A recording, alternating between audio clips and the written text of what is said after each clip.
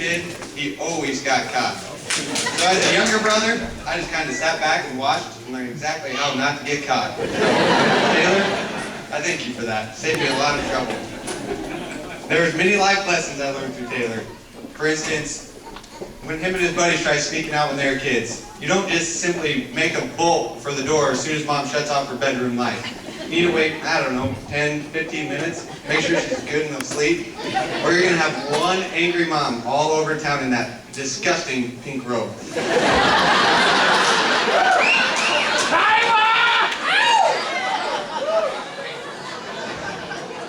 But then again, what he did better than most brothers, he always looked out for me. I don't know how many nights I slept on his couch after a night of partying, and he'd always cover with mom and dad. When we were growing up, he'd always let me hang out with him. Either we were riding bikes, and as we grew older, we were partying. He always embraced me, and he was never embarrassed of me. Except for that one time, I think, you and your buddies went riding bikes and left me at home, so I proceeded to chase you down on my bicycle naked crying around the park. Where was our mother? Probably chasing behind us in that disgusting pink robe.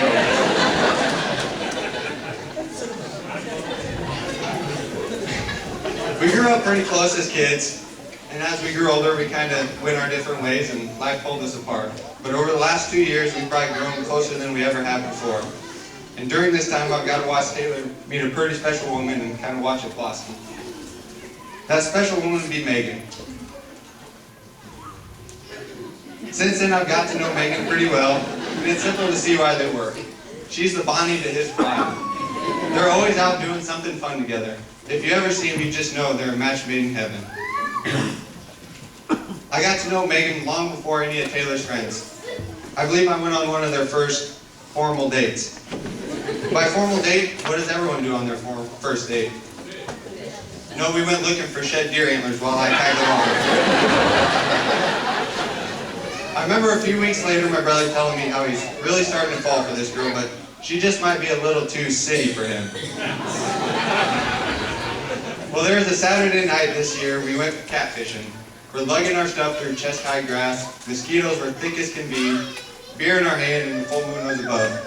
Megan just kind of stops and starts chuckling and goes, I remember a time I used to be getting all dolled up to go out on a Saturday night. Now look at me. I'm such a hick.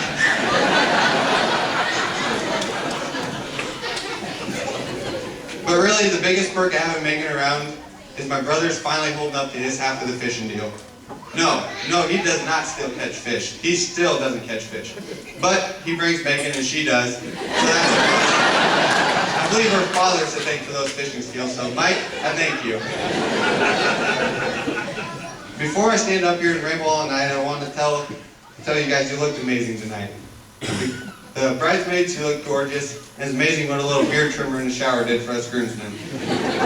And Taylor, I'm just happy we're even up here after our last little fishing escapade. But I want you to know I'm honored to be up here with you, not as your best man or your brother, but as one of your best friends. So, I just want to close by giving both advice. Taylor, Megan is a very strong, smart, and determined woman. We know she's the love of your life, so just continue to treat her like that. Never get complacent. Always look for those telltale signs. You know, like the milkman wearing your socks or something.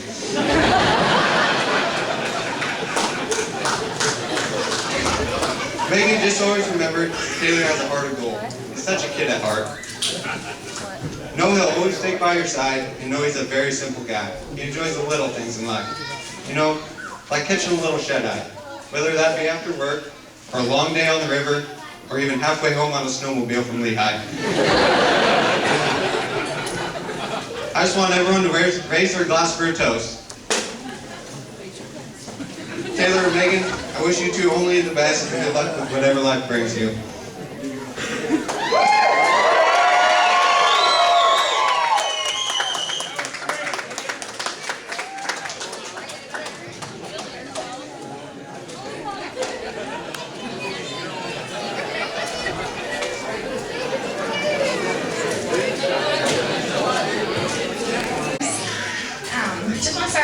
Megan, you look absolutely beautiful, and Taylor, you always look handsome, but you just look a lot better than normal.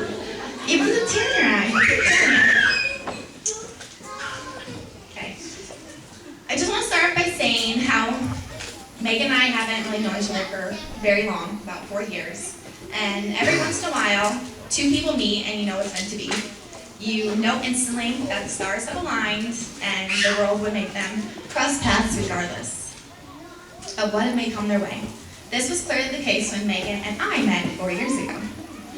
Megan and I have not been childhood friends, but the best part is we became friends in such a short period of time. We have done and went on plenty of adventures from Miami to Mexico to Des Moines to Stratford. I enjoy the fact that no matter wherever we are, we have such a wonderful time and we giggle the entire way. So, first time I met Taylor, it was a trip that he took once, every couple weeks to Des Moines. Didn't really like the traffic there. So, we had a wonderful night, got along great, but there was one problem. Megan told me, watch how much Taylor eats. Okay, Megan made 2 frozen pizzas, okay? Taylor had 1 slice. Megan and I ate the other pizza. Needless to say, that's the only thing he failed that night. One thing I do really admire about Megan and Taylor's relationship is how great they are getting together with their friends. I see that today everyone here has been a part of the relationship, whether big or small. We have enjoyed watching our relationship grow to where you guys are today, and I'm looking forward to see where you guys go. Magpie and TJ, I read in a quote that love is friendship that's caught on fire. So may your fire stay strong and bright with lots of love and laughter. Raise your glasses to the bride and groom.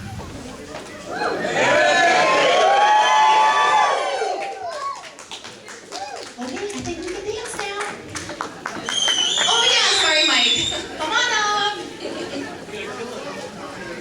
Oh, you can dance.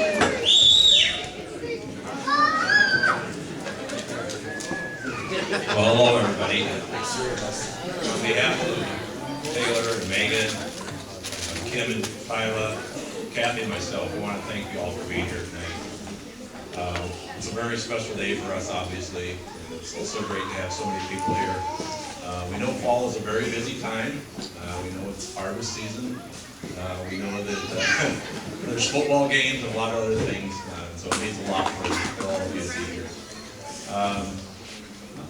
I think it's important that Megan and Taylor think about this room and everybody that's in it, because this is your family now. This is friends of your family. You have in-laws, lots of in-laws. So you need to think about that. And what I'd like to do tonight, and I think we started very well, is to celebrate, first and foremost, Megan and Taylor's marriage. I think that's very important. And from there, we want to think about our family and our friends. So we're going to extend the celebration, and I'm going to add some extra toast, mainly because I like the taste of the wine. So I'm going to add some extra toast for some special friends, and think about all of you, and be thankful for you. I feel very, very blessed that you're here with me.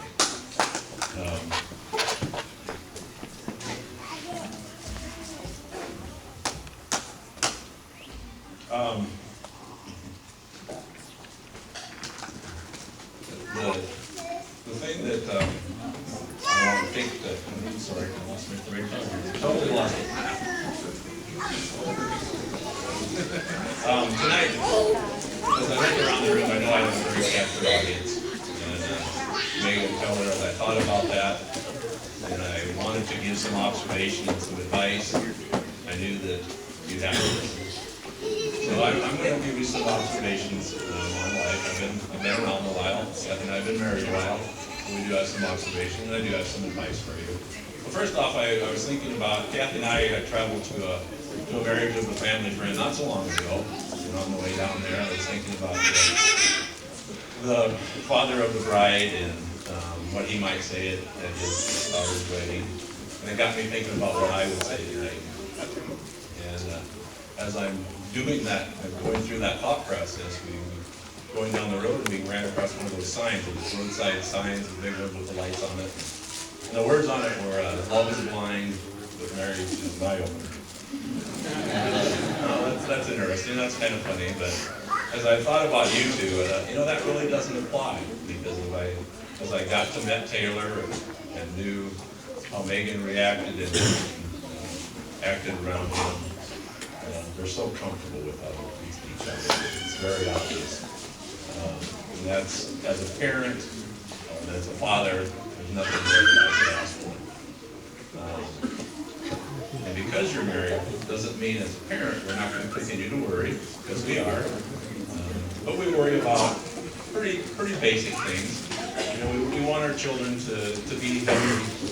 We want them to be happy. We want them to lead productive lives. We want them to have a good roof on their house.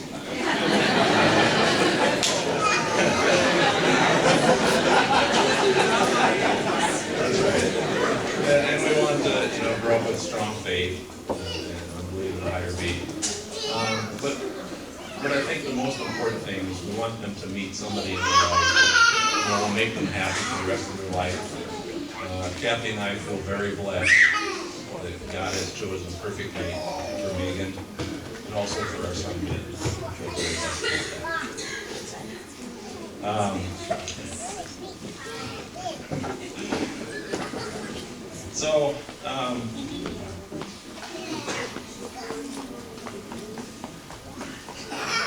Sorry guys, I'm a little emotional right now. So Megan, you're probably wondering, how do I know that Taylor's a perfect mate for you? And it was really obvious to me. When he asked me for your hand, he did it at a very good time. I was very relaxed. I was on a lake in northern Minnesota, just kind of minding my own business. Of course, he asked me, and I didn't hesitate to tell him yes. The thing I'm a little suspicious about, though, is whether he really thought through the process that I had no access to anything more dangerous than a fishing pole.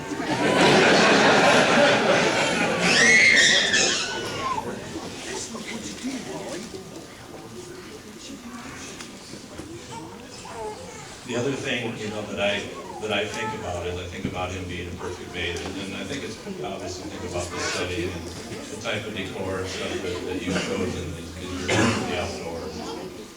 I think that's a very special thing between the two of you. Sandra had mentioned your love for fishing. That strikes a real chord with me, obviously. The first date that Kathy and I went on was to go fishing.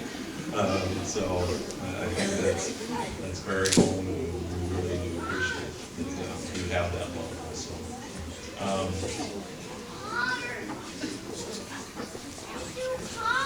Taylor, I would like to offer some advice to you. You need to do that, obviously. You need to perfect the art of cooking. You need to do that well. And don't be in a real hurry. But the one thing I will tell you is, and these are Brad faces. She really is. So from that. I do have some toast, and I'm gonna wait on you guys' toast because I'd like to first toast all of you tonight for being here. We do appreciate that. I want to add some specific toasts. I have some really close friends here tonight. One that turned 65 this week. That's very special, I think. I have another friend that was going to move out of state and got a new job, so he's going to live close to us, and that's obviously very special for me. Alyssa has a happy birthday coming up, so and I also think we need to raise our glass to those people that have passed and are not able to be with us today, and for those others that couldn't make it. So for all those people, please raise your glass.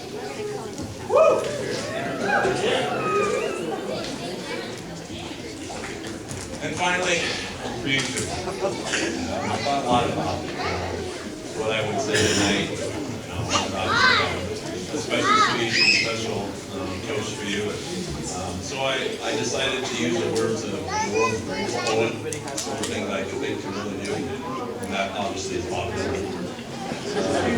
So here's my toast to you. May your hands be busy, may your feet be swift. May you have a strong foundation when the winds of change shift. May your heart always be joyful. May your song always be sung. May you always be forever young and always in love. I had that last one.